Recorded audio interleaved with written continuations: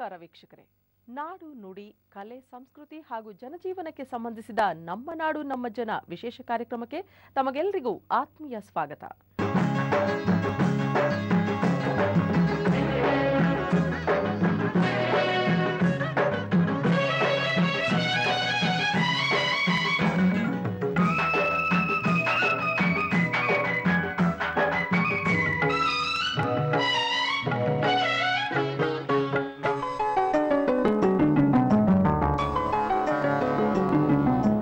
ಮಠಮಾನ್ಯಗಳ ಚಿಂತನೆ ಹಾಗೂ ಸಾಮಾಜಿಕ ಸೇವೆಯಲ್ಲಿ ಕರ್ನಾಟಕದ ಪಾಲಿಗೆ ಬಂದರೆ ಅಗ್ರಸ್ಥಾನದಲ್ಲಿ ನಿಲ್ಲುವುದು ಸಿದ್ಧಗಂಗಾ ಮಠ. ಅನ್ನ ಅಕ್ಷರ ಜ್ಞಾನ ತ್ರಿವಿಧ ದಾಸೋಹಕ್ಕೆ ಹೆಸರಾದ ಸಿದ್ಧಗಂಗಾ ಮಠದ ಸಾರಥಿ ಪರಮ ಪೂಜ್ಯ ಡಾಕ್ಟರ್ ಶ್ರೀ ಶಿವಕುಮಾರ ಸ್ವಾಮೀಜಿ. 12ನೇ ಶತಮಾನದ ಯುಗ ಪುರುಷ ಕ್ರಾಂತಿಕಾರಿ ಬಸವಣ್ಣನವರ ಕಾಯಕವೇ ಕೈಲಾಸ ಮತ್ತು ನಿತ್ಯ ದಾಸೋಹ ತತ್ವದ ಕೈಂಕರ್ಯದಲ್ಲಿ ತಮ್ಮನ್ನ ತೊಡಗಿಸಿಕೊಂಡು ಮುನ್ನಡೆದಿರುವ ಶಿವಕುಮಾರ ಶ್ರೀಗಳಿಗೆ 105 ವರ್ಷಗಳು ತುಂಬಿದ್ದರೂ ಸಹ ಅವರ ಸಾಮಾಜಿಕ ಉತ್ಸಾಹಕ್ಕೆ ಭಂಗ ಬಂದಿಲ್ಲ. ಇಂತಹ ಕಾಯಕ ಯೋಗಿ ನಡೆದು ಬಂದ ದಾರಿಯ ಬಗ್ಗೆ ನಮ್ಮ ಪ್ರತಿನಿಧಿ ಹಾಲನೂರು ರವೀಶ್ ನೀಡಿರುವ ಒಂದು ವಿಶೇಷ ವರದಿ ಇಲ್ಲಿದೆ. ಸಿದ್ಧಗಂಗೆಯು ಇದುವೇ ಧರೆಯ ಸ್ವರ್ಗವು, ಸಿದ್ಧಲಿಂಗ ತಪವಗೈದ ಪುಣ್ಯಕ್ಷೇತ್ರವು, ಒಮ್ಮೆ ನೋಡಲು ನಮ್ಮ ಕರ್ಮ ದೂರವು, ಶಿವಕುಮಾರ ಕಾಯಕಲ್ಪ ಇಲ್ಲಿ ನಡೆದಿದೆ. ಸಿದ್ಧಗಂಗೆಯು ಇದುವೇ ಧರೆಯ ಸ್ವರ್ಗವು, ಸಿದ್ಧಲಿಂಗ ತಪವಗೈದ ಪುಣ್ಯಕ್ಷೇತ್ರವು. ರಾಜ್ಯದ ಧಾರ್ಮಿಕ ಕ್ಷೇತ್ರದಲ್ಲಿ ಅಗ್ರಸ್ಥಾನದಲ್ಲಿರುವ ಮಠವೆಂದರೆ ಶ್ರೀ ಸಿದ್ಧಗಂಗಾ ಮಠ. ಈ ಕ್ಷೇತ್ರ ತುಮಕೂರು ನಗರದಿಂದ ಸುಮಾರು 6 ಕಿಲೋಮೀಟರ್ ದೂರದಲ್ಲಿರುವ ಕ್ಯಾತ್ಸಂದ್ರಕ್ಕೆ ಹೊಂದಿಕೊಂಡಿದೆ.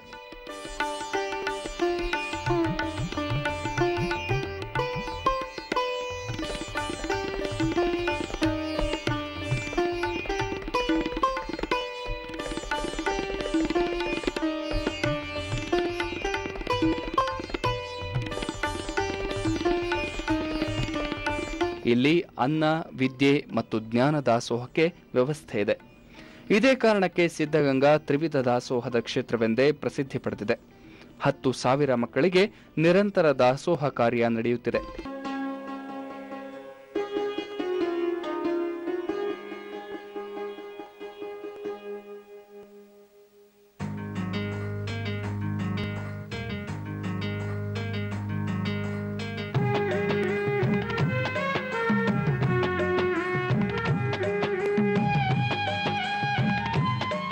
ಸಿದ್ಧಗಂಗಾ ಮಠದ ಸಾರಥಿ ಡಾಕ್ಟರ್ ಶಿವಕುಮಾರ ಸ್ವಾಮೀಜಿ 1930 ಮಾರ್ಚ್ 3ರಂದು ಶ್ರೀಮಠದ ಜವಾಬ್ದಾರಿಯನ್ನ ಹೊತ್ತು ಅಂದಿನಿಂದ ನಿರಂತರವಾಗಿ ಸಮಾಜದ ಏಳಿಗೆಗಾಗಿ ಶ್ರಮಿಸುತ್ತಿದ್ದಾರೆ.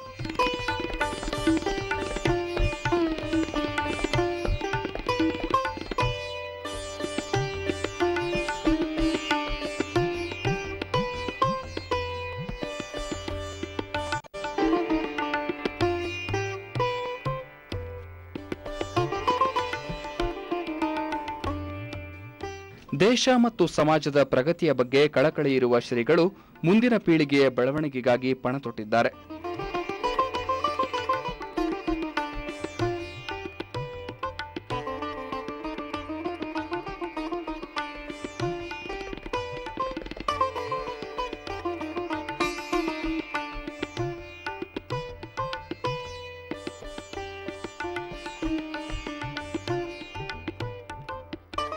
ಇವರು ಸಮಾಜದ ಎಷ್ಟೋ ಗಣ್ಯರ ಜೀವನದ ಪರಿವರ್ತನೆಗೆ ಕಾರಣರಾಗಿದ್ದಾರೆ.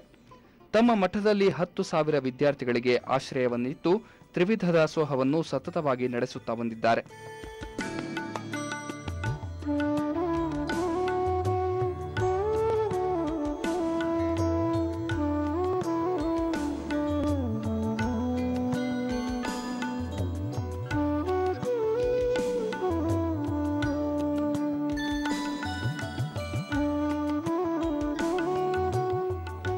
ಮಾಗಡಿ ತಾಲೂಕಿನ ವೀರಾಪುರ ಗ್ರಾಮದ ಹೊನ್ನಪ್ಪ ಮತ್ತು ಗಂಗಮ್ಮ ದಂಪತಿಗೆ ಏಪ್ರಿಲ್ 1, 1908ರಲ್ಲಿ ಜನಿಸಿದ ಶಿವಕುಮಾರ ಸ್ವಾಮೀಜಿಯವರ ಪೂರ್ವಾಶ್ರಮದ ಹೆಸರು ಶಿವಣ್ಣ. ಪ್ರಾಥಮಿಕ ಮತ್ತು ಮಾಧ್ಯಮಿಕ ಶಿಕ್ಷಣವನ್ನ ತುಮಕೂರು ಸಮೀಪದ ನಾಗವಲ್ಲಿಯಲ್ಲಿ ಅಕ್ಕನ ಆಶ್ರಯದಲ್ಲಿ ಮುಗಿಸಿದರು. ತುಮಕೂರಿನ ಸರ್ಕಾರಿ ಪ್ರೌಢಶಾಲೆಯಲ್ಲಿ 1926ರಲ್ಲಿ ಮೆಟ್ರಿಕ್ಯುಲೇಷನ್ ಗಳಿಸಿದರು. 1927ರಲ್ಲಿ ಶಿವಣ್ಣನವರಿಗೆ ಆಗಿನ ಸಿದ್ಧಗಂಗಾ ಮಠಾಧಿಪತಿಗಳಾದ ಶ್ರೀ ಉದ್ದಾನ ಶಿವಯೋಗಿಗಳ ಒಡನಾಟ ಬೆಳೆಯಿತು.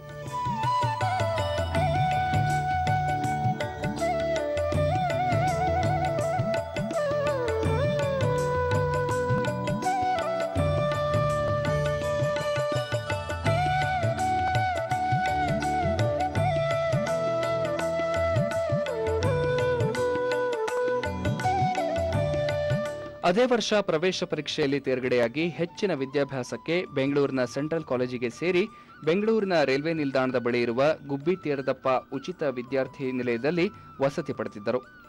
ಪದವೀಧರರಾದ ಶಿವಣ್ಣನವರು ಕಾವಿ ತೊಟ್ಟಿದ್ದೇ ಒಂದು ಆಕಸ್ಮಿಕ.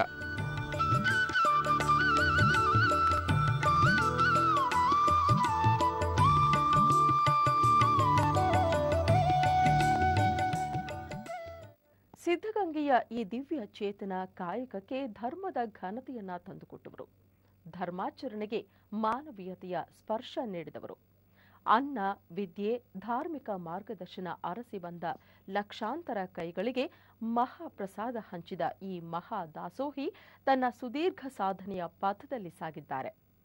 105 ವರ್ಷ ತುಂಬಿದರೂ ತಮ್ಮ ದೈನಂದಿನ ಚಟುವಟಿಕೆಗಳಲ್ಲಿ ಇಂದಿಗೂ ಶಿವಕುಮಾರ ಶ್ರೀಗಳು ಶಿಸ್ತುಬದ್ಧರಾಗಿ ನಡೆದುಕೊಳ್ತಾರೆ.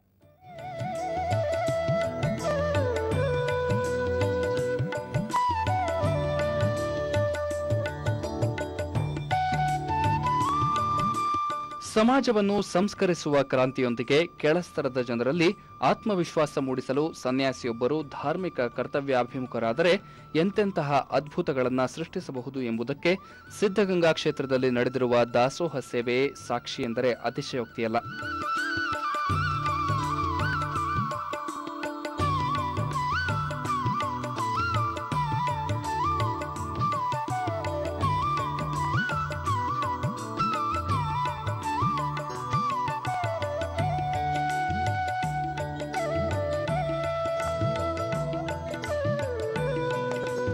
ಸುದೀರ್ಘ ಸಾಧನೆಯ ತಪಸ್ಸಿನ ಫಲವಾಗಿ ಅವರು ನಡೆಸುತ್ತಿರುವ ಸೇವೆ ಲೋಕೋತ್ತರ, ಅತ್ಯದ್ಭುತ ಎಂಬ ವಿಶೇಷಣಗಳಿಂದ ವಿಜೃಂಭಿಸಿದೆ.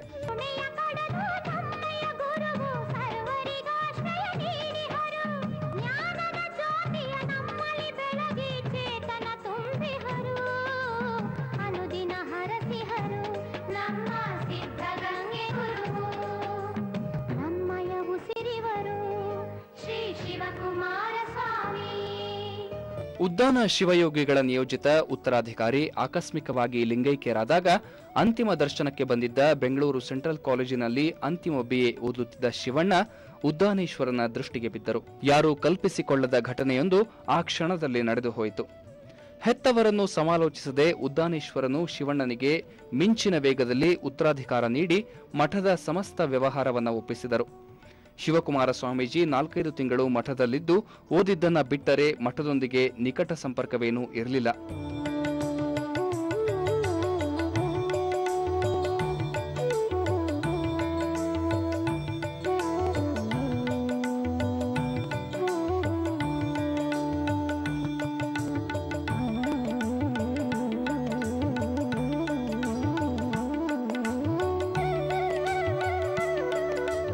ಆದರೆ ಉದ್ದಾನೇಶ್ವರನ ಗುರುಗಳ ದೃಷ್ಟಿಗೆ ಬಿದ್ದದ್ದೇ ದೈವ ಚಿತ್ತವಾಯಿತು. ಉದ್ದಾನೇಶ್ವರನ ನಂತರ ಅವರ ಉತ್ತರಾಧಿಕಾರಿಯಾದಾಗ ಮಠವೆಲ್ಲ ಖಾಲಿ ಖಾಲಿ. ಆಗ ಜೋಳಿಗೆ ಹೆಗಲಿಗೆರಿಸಿಕೊಂಡು ಊರೂರು ತಿರುಗಿದ ಶ್ರೀಗಳಿಗೆ ಎಲ್ಲರೂ ಭಿಕ್ಷೆ ನೀಡಿದರು. ಅದರ ಪರಿಣಾಮವಾಗಿ ಸಿದ್ಧಗಂಗಾ ಮಠ ಇಂದು ಗೆದ್ದಿದೆ. ಗೋಸಲ ಸಿದ್ದೇಶ್ವರ ನಂತರ ತೋಂಟದ ಸಿದ್ಧಲಿಂಗೇಶ್ವರರು, ಗುಬ್ಬಿ ಚನ್ನಬಸವೇಶ್ವರರು, ಬೋಳಬಸವಾರ್ಯರು, ಮರಳಶಂಕರ ದೇವರು, ಆಮೇಲೆ ಅಟವಿ ಶಿವಗಳು, ಉದ್ದಾನ ಶಿವಗಳು, ಹೀಗೆ ಇನ್ನೂ ಅನೇಕ ಇದರ ಮಧ್ಯೆ ಕೆಲವರೆಲ್ಲ ಬಂದಿದ್ದಾರೆ. ಕೆಲವರು ಶಾಶ್ವತವಾಗಿ ನಿಂತಿಲ್ಲ, ಹಂತ್ಯದಲ್ಲಿ ಕೆಲವರು ಇದ್ದು ಅನಂತರ ಬೇರೆ ಕಡೆ ಹೋಗಿದ್ದಾರೆ. ಕೆಲವು ಗದ್ದಿಗಳು ಇಲ್ಲೇ ಆಗಿದ್ದಾರೆ. ಹಂತ್ಯದಲ್ಲಿ ಕೆಲವರು ಬಂದು ಕೊನೆಯ ವಯಸ್ಸಿನಲ್ಲಿ ಬಂದು ಇಲ್ಲೇ ಹಂತ್ಯವಾಗಿದ್ದಾರೆ. ಅನಂತರ ಪೂಜ್ಯ ಶಿವಕುಮಾರ ಸ್ವಾಮಿಗಳ ಕಾಲದಲ್ಲಿ ಇದಕ್ಕೆ ಇಷ್ಟು ಎಲ್ಲ ಅದ್ಭುತವಾಗಿ ಮಠದ ಅಭಿವೃದ್ಧಿ ಆಗಿದೆ.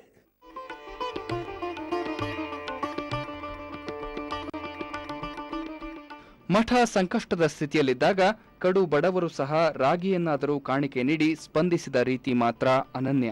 ಧರ್ಮ ಜಾಗೃತಿಯ ಸ್ಫೂರ್ತಿ ಕೇಂದ್ರವಾದ ಸಿದ್ಧಗಂಗಾ ಮಠದ ಸೇವಾ ಘನತೆಗೆ ಒಪ್ಪುವ ಮಾತು ಇದು.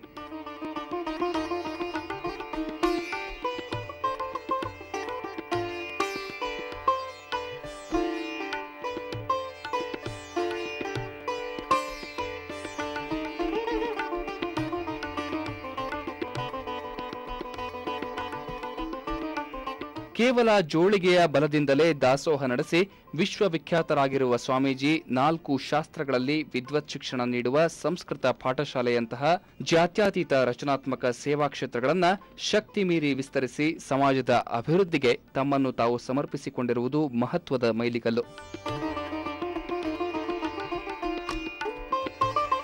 ಬಂದ ಮೇಲೆ ಸರ್ಕಾರವೂ ಕೂಡ ಸಮಿತಿ ಸ್ಥಾಪನೆ ಮಾಡ್ತಾ ಬಂತು ಮತ್ತು ಖಾಸಗಿಯವರು ಆ ಬಗ್ಗೆ ತಮ್ಮ ಸೇವಿಸಿರ್ತಕ್ಕಂತಹ ಪರಿಸ್ಥಿತಿ ಉಂಟಾಯಿತು.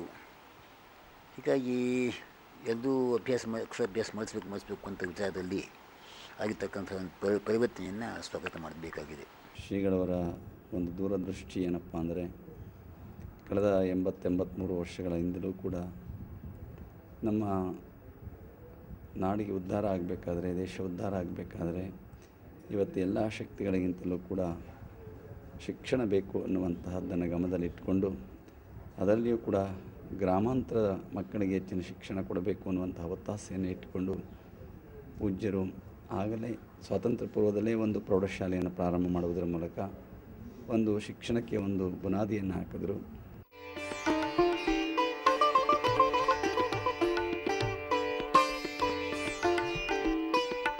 ಲಕ್ಷದ 96,000ಕ್ಕೆ ಭಿಕ್ಷವ ನೀಡಿದ ತಂದೆ ಬಸವಣ್ಣ ಎಂಬ ಸ್ತುತಿ ಮಾತಿದೆ. ಅದರ ಹಿಂದಿನ ಅರ್ಥವೆಷ್ಟೋ ಗೊತ್ತಿಲ್ಲ. ಆದರೆ ಭಾರತದಲ್ಲಿ ಜಾತ್ಯತೀತವಾಗಿ ಮೊದಲು ಆರಂಭವಾದ ಪಾರದರ್ಶಕದಂತಿರುವ ಸಿದ್ಧಗಂಗೆಯ ಬೃಹತ್ ಪ್ರಮಾಣದ ದಾಸೋಹಕ್ಕೆ ಅನ್ಯಾದೃಶ ತಪಶಕ್ತಿ ಇದೆ. ಕಾಯಕ ನಿಷ್ಠೆಯ ಭಕ್ತಿಯ ಹಿನ್ನೆಲೆ ಇದೆ.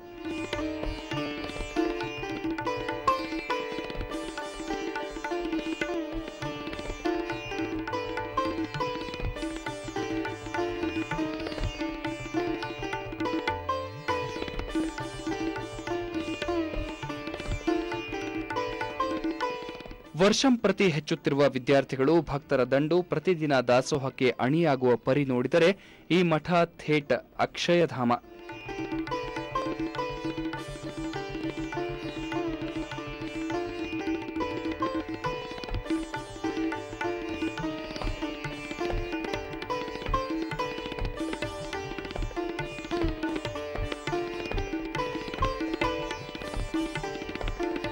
ದಾಸೋಹವೆಂದರೆ ಅರ್ಪಿಸುವುದು, ದಾನವೆಂದರೆ ನೀಡುವುದು. ದಾಸೋಹದಲ್ಲಿ ಯಾರೂ ಮೇಲಿಲ್ಲ ಕೀಳಿಲ್ಲ. ಸಹ ಜೀವನದೊಡನೆ ಸಮರಸವಾಗಿ ಹಂಚಿ ಉಣ್ಣುವ ಸಹಭೋಜನವೇ ದಾಸೋಹ.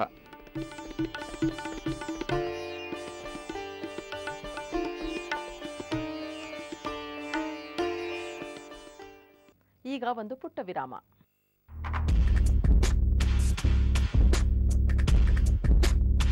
ಪಾತಕ ಲೋಕದ ಅನಾವರಣ, ಫ್ಯಾಷನ್ ಬದುಕಿನ ಭಿನ್ನಾಣ, ಪ್ರಕೃತಿ ವಿಸ್ಮಯಗಳ ಹೊಂಗಿರಣ, ರಾಜಕೀಯ ರಂಗದ ತವಕ ತಲ್ಲಣ, ದಿನನಿತ್ಯದ ವಿದ್ಯಮಾನಗಳ ಸಮಗ್ರ ಚಿತ್ರಣ. ವೀಕ್ಷಿಸಿ ಸ್ಪೆಷಲ್ ಸ್ಟೋರಿ. ಸೋಮವಾರದಿಂದ ಶುಕ್ರವಾರದವರೆಗೆ ರಾತ್ರಿ 9:30ಕ್ಕೆ ಮತ್ತು ಮಧ್ಯಾಹ್ನ 3:30ಕ್ಕೆ. ವಿರಾಮದ ನಂತರ ಮತ್ತೆ ನಮ್ಮ ನಾಡು ನಮ್ಮ ಜನ ಕಾರ್ಯಕ್ರಮಕ್ಕೆ ನಮಗೆಲ್ಲರಿಗೂ ಆತ್ಮೀಯ ಸ್ವಾಗತ. ಸಿದ್ಧಗಂಗೆಯು ಇದುವೇ ಧರೆಯ ಸ್ವರ್ಗವು, ಸಿದ್ಧಲಿಂಗ ತಪವಗೈದ ಪುಣ್ಯಕ್ಷೇತ್ರವು, ಒಮ್ಮೆ ನೋಡಲು ನಮ್ಮ ಕರ್ಮ ದೂರವು, ಶಿವಕುಮಾರ ಕಾಯಕಲ್ಪ ಇಲ್ಲಿ ನಡೆದಿದೆ. ಸಿದ್ಧಗಂಗೆಯು ಇದುವೇ ಧರೆಯ ಸ್ವರ್ಗವು, ಸಿದ್ಧಲಿಂಗ ತಪವಗೈದ ಪುಣ್ಯಕ್ಷೇತ್ರವು. ಇವೆಲ್ಲ ಸೇವೆಗಳಿಗಾಗಿ ನಡೆದಾಡುವ ದೇವರು ಎಂದೇ ಬಿಂಬಿತವಾಗಿರುವ ಈ ಕಾಯಕ ಯೋಗಿಯ ನಿತ್ಯ ಕರ್ಮಗಳ ಬಗ್ಗೆ ಸ್ವಲ್ಪ ತಿಳಿಯೋಣ ಬನ್ನಿ.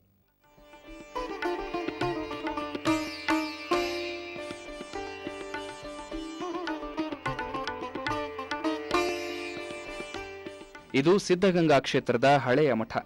ಇಲ್ಲಿಯೇ ಶಿವಕುಮಾರ ಶ್ರೀಗಳು ನಿತ್ಯ ಕರ್ಮಗಳನ್ನು ಆರಂಭಿಸುವುದು.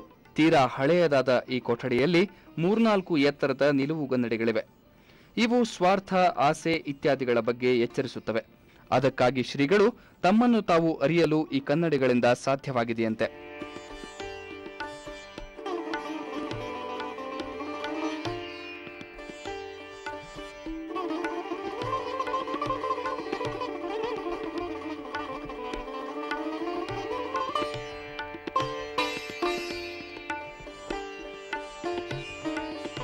ಶಿವಕುಮಾರ ಶ್ರೀಗಳ ಶಿವಲಿಂಗ ಪೂಜೆಗೆ ಪ್ರತ್ಯೇಕ ಕೊಠಡಿ ಇದೆ.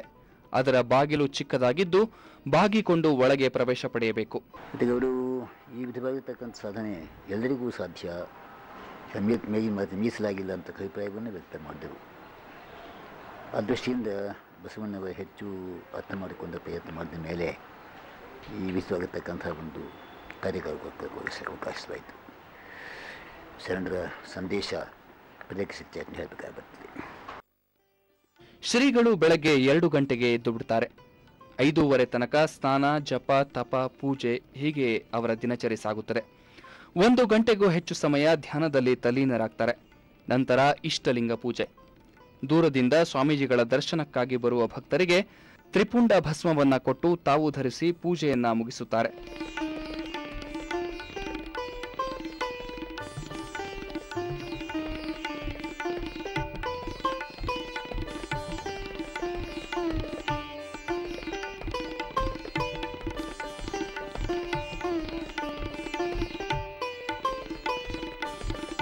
ಮುಂಜಾನೆ 6:30 ಗಂಟೆಗೆ ಆಹಾರ ಸೇವನೆ. ಚಟ್ನಿ ಜೊತೆ 1 ಅಕ್ಕಿ ಇಡ್ಲಿ, 2 ಪೀಸ್ ಸೇಬು ಮಾತ್ರ. ಆಮೇಲೆ ಬೇವಿನ ರಸದ ಕಷಾಯ ಸೇವನೆಯಾಗುತ್ತೆ. ಇವರ ಊಟವನ್ನು ಕೂಡ ಊಟವೆನ್ನುವಂತಿಲ್ಲ. ಅತ್ಯಲ್ಪ ಪ್ರಮಾಣದ ಉಪಹಾರವೆಂದರೆ ಸೂಕ್ತ.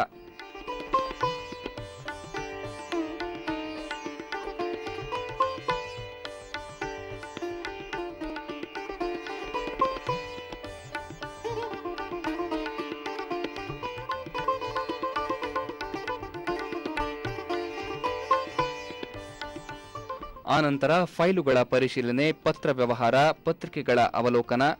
6:30ಗೆ ವಿದ್ಯಾರ್ಥಿಗಳೊಂದಿಗೆ ಸಾಮೂಹಿಕ ಪ್ರಾರ್ಥನೆ, ಭಕ್ತರಿಗೆ ಸಂದರ್ಶನ, ಮಠದ ಹೊಲಗದ್ದೆಗಳಿಗೆ ಭೇಟಿ, ಮಕ್ಕಳ ವಸತಿ ನಿಲಯಗಳಿಗೆ ಭೇಟಿ, ಸಂಜೆ ಸಾಮೂಹಿಕ ಪ್ರಾರ್ಥನೆ ಸೇರಿದಂತೆ ರಾತ್ರಿ 11 ಗಂಟೆಯವರೆಗೂ ಒಂದಲ್ಲ ಒಂದು ಚಟುವಟಿಕೆ.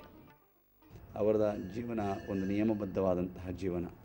ಅದಕ್ಕೆ ಎಲ್ಲಷ್ಟು ಕೂಡ ಯಾವುದೇ ರಾಜಿ ಮಾಡಿಕೊಡೋದಿಲ್ಲ. ಆ ನಿಯಮ ಮತ್ತು ತತ್ವಬದ್ಧವಾದಂತಹ ಬದುಕು ಆ ಜೀವನ ಪೂಜ್ಯರಾಗಿರುವಂಥದ್ದು. ಅಂತಹ ಪೂಜ್ಯರು ಅವರ ಮಧ್ಯದಲ್ಲಿ ನಾವೆಲ್ಲ ಇರುವಂಥದ್ದೇ ನಮ್ಮ ಭಾಗ್ಯ ಅಂತ ಭಾವಿಸಬೇಕಾಗ್ತದೆ.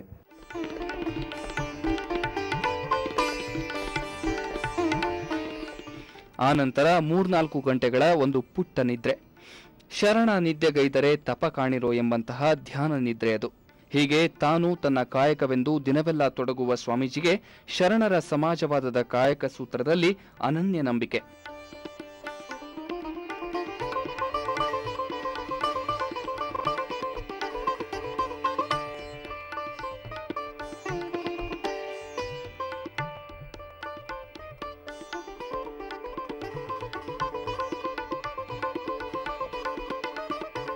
ಬೆನ್ನು ಬಾಗುವ ಮುಂದಿನ ವರ್ಷಗಳಲ್ಲಿ ಹೊಲಗಳಲ್ಲಿ ತಾವೇ ಹುಲ್ಲು ಕೊಯ್ದು ಹೊತ್ತು ತಂದು ಗೋವುಗಳಿಗೆ ಹಾಕುತ್ತಿದ್ದರು. ಕೊಪ್ಪರಿಗೆಯಲ್ಲಿ ಬೇಯುವ ರಾಗಿ ಮುದ್ದೆಯನ್ನ ಮಕ್ಕಳು ಅಡುಗೆಯವರೊಂದಿಗೆ ಸೇರಿ ಕಟ್ಟಿದ್ದು ಸಹ ಇವರೇ. ಮಠದ ಕಟ್ಟಡ ನಿರ್ಮಾಣದಲ್ಲಿ ತಾವೇ ಕಲ್ಲು ಮಣ್ಣು ಹೊತ್ತಿದ್ದಾರೆ. ಸೌದೆಯ ಅಭಾವ ಕಾಡಿದಾಗ ಕೈಯಲ್ಲಿ ಕೊಡಲಿ ಹಿಡಿದು ಸೌದೆ ಒಡೆಯುತ್ತಿದ್ದರು. ಇದು ಅವರ ಸಾರ್ಥಕ ಸಾಫಲ್ಯದ ಬದುಕು. ರಾಜಕಾರಣಿಗಳು ಜಾತೀಯತೆಯ ದಳ್ಳುರಿ ಹಬ್ಬಿ ಸಮಾಜದ ಶಾಂತಿಯನ್ನ ಕದಡುತ್ತಿದ್ದರೆ, ಜಾತ್ಯತೀತತೆಯ ತತ್ವವನ್ನು ಎತ್ತಿ ಹಿಡಿದು ಬ್ರಾಹ್ಮಣ, ಒಕ್ಕಲಿಗ, ಲಿಂಗಾಯತ, ಮಾದಿಗ, ಹೊಲೆಯ, ಮುಸ್ಲಿಂ, ಕ್ರಿಶ್ಚಿಯನ್ ಎನ್ನುವ ತಾರತಮ್ಯವಿಲ್ಲದೆ ನಾವೆಲ್ಲ ಒಂದು ಎಂಬ ವಿಶ್ವ ಭ್ರಾತೃತ್ವವನ್ನ ಬೃಹತ್ತಾಗಿ ಸಾರಿದವರು ಸ್ವಾಮೀಜಿಗಳು. ಕುಲಸೀಮೆ ಇಲ್ಲದ ನಿಸ್ಸೀಮ ಸಂತ ಅಂತ ಒಂದು ಅಕ್ಕಮಹಾದೇವಿಯವರ ವಚನ ಇದೆ. ಅದೇ ರೀತಿ ಅವರ ಬದುಕು ಯಾವ ಒಂದು ಜಾತಿಗೆ ಮತ್ತು ಧರ್ಮಕ್ಕೆ ಸೀಮಿತವಾಗದೆ ಜಗತ್ತಿನ ಎಲ್ಲ ಜಾತಿಗೆ ಧರ್ಮಕ್ಕೆ ಸೀಮಿತವಾದ ವ್ಯಕ್ತಿ ಅಂತ ನಾನು ಭಾವಿಸ್ಕೊಂಡಿದ್ದೀನಿ. ನಿಜಕ್ಕೂ ಅವರ ನಡವಳಿಕೆ, ಅವರಿಗೆ ಇರೋ ಮಾನವೀಯ ಪ್ರೀತಿ ಮತ್ತು ಅವರ ಬಡಬಗ್ಗರ ಬಗ್ಗೆ ಇರುವಂಥ ಕಾಳಜಿ ಈ ಜಗತ್ತಿನಲ್ಲಿ ನಾವಂಕ ಯಾರನ್ನೂ ನೋಡೇ ಇಲ್ಲ. 106 ವರ್ಷದಲ್ಲಿ ದಣಿವರಿಯದ ದೇಹ ಸಮಾಜದ ಒಳಿತನ್ನು, ಎಲ್ಲರನ್ನೂ ತನ್ನವರೆನ್ನುವ ಭಾವವನ್ನು ಇಡೀ ಜಗತ್ತಿಗೆ ಸಾಧಿಸಿ ತೋರಿಸಿದಂಥ ಏಕೈಕ ಅಗ್ರಗಣ್ಯ ಪುರುಷರು. ಇವ್ರನ್ನ ನಡೆದಾಡುವ ದೈವ ಎಂದೇ ಹಳ್ಳಿಯ ಜನ ಆರಾಧಿಸ್ತಾರೆ. ಮಠದ ಬೆಳಕಾಗಬೇಕಾದ ಪೀಠಾಧಿಪತಿ ಯಾರ ಕಣ್ಣಲ್ಲೂ ನೀರಿಳಿಸಬಾರದು ಎಂಬ ಆದರ್ಶದ ಅನುಷ್ಠಾನದಲ್ಲಿ ಮಠದ ಸಮಸ್ತ ಮಕ್ಕಳು, ಭಕ್ತರು, ಶ್ರೀಗಳ ಸಮಾಜವಾದರು. ಮಕ್ಕಳ ಅಭ್ಯುದಯವೇ ಅವರ ಗುರಿಯಾಯಿತು. ಮಕ್ಕಳ ಅಭಿವೃದ್ಧಿಯೇ ಅವರ ಮಹತ್ವಾಕಾಂಕ್ಷೆಯಾಯಿತು.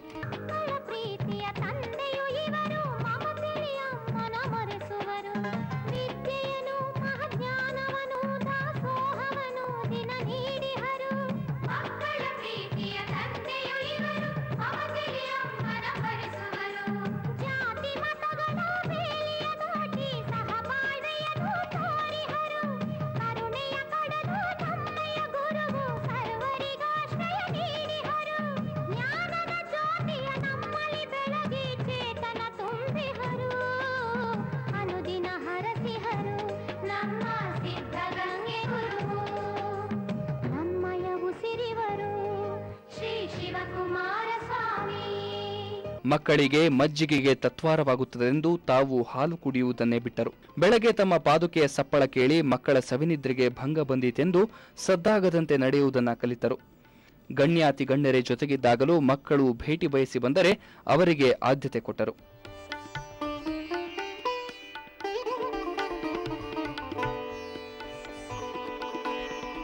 ಡಾಕ್ಟರ್ ಶಿವಕುಮಾರ ಸ್ವಾಮಿ ಅವர்கள் he has orbited around the sun 99 times.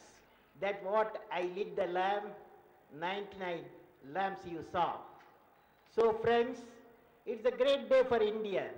And one thing I want to tell you, when 1997, 98, when I got my Bharat Ratna,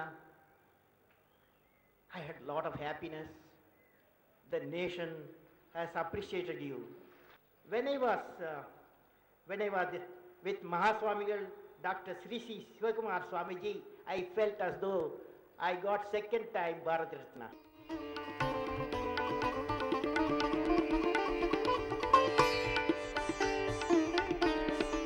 ಬರಗಾಲದಲ್ಲಿ ರಾಗಿ ಬೇಡಿ ಬಂದ ರೈತರಿಗೆ ಕಣಜವನ್ನೇ ಕಳಿಸಿಕೊಟ್ಟರು. ಹಲವು ಬಗೆಯ ನೋವು, ಅವಮಾನ, ಹಸಿವಿನಿಂದ ಕಂಗೆಟ್ಟ ನಿರ್ಲಕ್ಷಿತ ದೀನ ದಲಿತರ ಕಳಚಿಕೊಳ್ಳುತ್ತಿರುವ ಮಾನವೀಯ ಸಂಬಂಧಗಳನ್ನು ಬೆಸೆಯಲು ಶ್ರಮಿಸಿದರು. ಒಂದರ್ಥದಲ್ಲಿ ಶ್ರೀಗಳು ಬಡವರ ಕಾಮಧೇನುವೇ ಆಗಿದ್ದಾರೆ. ಎಲ್ಲ ಸಮಸ್ತ ಜನಗಳನ್ನು, ಭಕ್ತಾದಿಗಳನ್ನು ಒಂದೇ ಮಟ್ಟದಲ್ಲಿ ನೋಡ್ಕೊಂಡು ಹೋಗೋದು. ಈ ಥರ ಇಡೀ ಭಾರತ ದೇಶದಲ್ಲೇ ಬೇರೊಂದು ಸಂಸ್ಥೆ ಇಲ್ಲ, ಬೇರೊಂದು ಮಠ ಇಲ್ಲ, ಬೇರೊಂದು ಸ್ವಾಮೀಜಿಯವರು ಇಲ್ಲ ಅಂತಲೇ ನಾವು ಹೇಳ್ಬೋದು.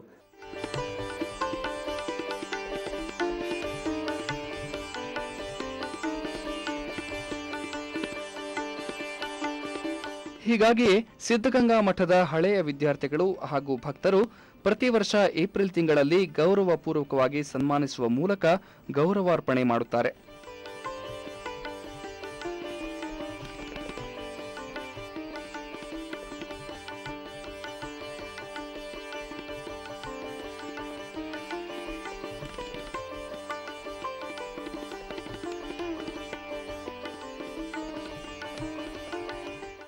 ಮಠದಲ್ಲಿ ಶಿವಕುಮಾರ ಶ್ರೀಗಳ ದರ್ಶನ ಪಡೆದು ಬೆಟ್ಟ ಏರಿ ಬಂದರೆ ಕ್ಷೇತ್ರದ ಆರಾಧ್ಯ ದೈವ ಶ್ರೀ ಸಿದ್ಧಲಿಂಗೇಶ್ವರ ದರ್ಶನ ಜೊತೆಗೆ ಈ ಕ್ಷೇತ್ರಕ್ಕೆ ಸಿದ್ಧಗಂಗೆ ಎಂದು ಹೆಸರು ಬರಲು ಕಾರಣ ಏನು ಎಂಬ ಕುರಿತ ಮಾಹಿತಿ ಲಭ್ಯವಾಗುತ್ತೆ.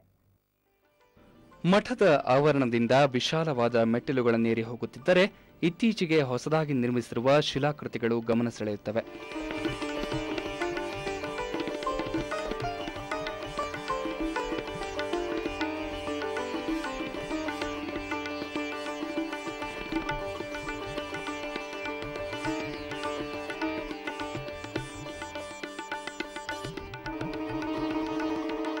ಇಲ್ಲಿಂದ ಮೇಲೇರಿದರೆ ಬೆಟ್ಟದ ಮೇಲೆ ಸಿದ್ಧಲಿಂಗೇಶ್ವರ ಸ್ವಾಮಿ ದೇವಾಲಯದ ಗೋಪುರವಿದೆ. ಒಳ ಹೊಕ್ಕು ಹೋದರೆ ಎಡಕ್ಕೆ ಗಂಗಮ್ಮಾದೇವಿ, ಬಲಕ್ಕೆ ಸಿದ್ಧಲಿಂಗೇಶ್ವರ ಸ್ವಾಮಿ ದೇವಾಲಯವಿದೆ.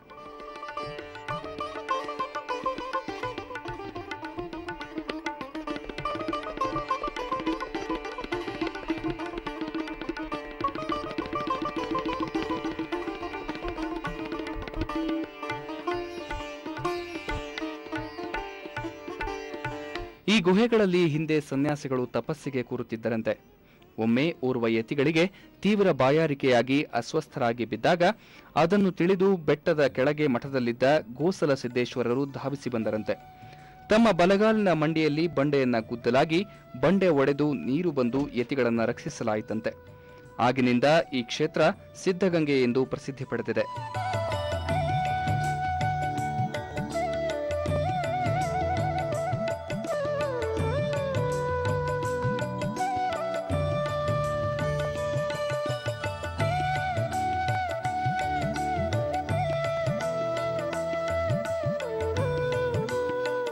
ಇಲ್ಲಿನ ನೀರಿನಿಂದ ಸ್ನಾನ ಮಾಡಿದರೆ ಒಳ್ಳೆಯದಾಗುತ್ತದೆ, ಜೊತೆಗೆ ಕಷ್ಟ ಕಾರ್ಪಣ್ಯಗಳು ಕಳೆಯುತ್ತವೆ ಅನ್ನುವ ನಂಬಿಕೆ ಇದೆ.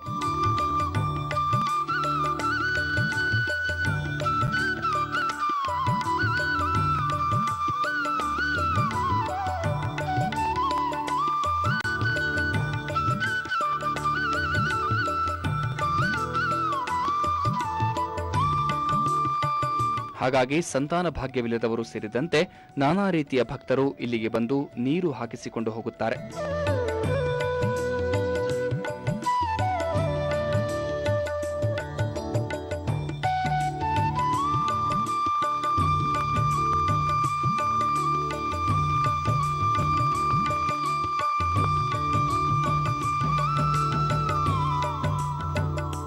ಸಿದ್ಧಗಂಗೆಯ ಬಗ್ಗೆ ಕ್ಷೇತ್ರದಲ್ಲಿ ಶಿಕ್ಷಣ ಉಸ್ತುವಾರಿ ವಹಿಸಿರುವ PN ಚಂದ್ರಶೇಖರಯ್ಯ ವಿವರಣೆ ನೀಡಿದ್ದು ಹೀಗೆ. ಆಂಧ್ರ, ತಮಿಳುನಾಡು, ನಮ್ಮ ಕರ್ನಾಟಕ ಅನೇಕ ಜನಗಳು ಬಂದು ಇಲ್ಲಿ ಈ ಗಂಗಾ ಸ್ನಾನವನ್ನು ಮಾಡಿಕೊಂಡು ತಮ್ಮ ಇಷ್ಟಾರ್ಥವನ್ನು ಈಡೇರಿಸಿಕೊಂಡು ಹೋಗಿರ್ತಕ್ಕಂಥ ಪ್ರಸಂಗಗಳು ನೂರಾರಿದ್ದಾವೆ, ಹಲವಾರಿದ್ದಾವೆ. ಆ ಒಂದು ಪವಿತ್ರ ಸ್ಥಾನ ಈ ಗಂಗಾ ಸ್ಥಾನ ಇದು.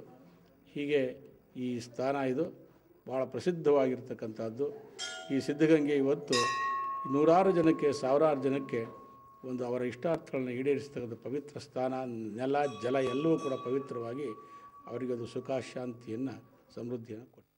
ಸಿದ್ಧಲಿಂಗೇಶ್ವರ ಸ್ವಾಮಿ ದೇಗುಲವನ್ನ ಹೊಕ್ಕರೆ ಎಂತಹವರಿಗೂ ಮನಸ್ಸು ಹಗುರವಾಗುತ್ತದೆ. ಇಲ್ಲಿಗೆ ಎಲ್ಲ ಧರ್ಮ, ಜಾತಿಯ ಜನರು ಭೇಟಿ ನೀಡಿ ದರ್ಶನ ಪಡೆಯುವುದುಂಟು.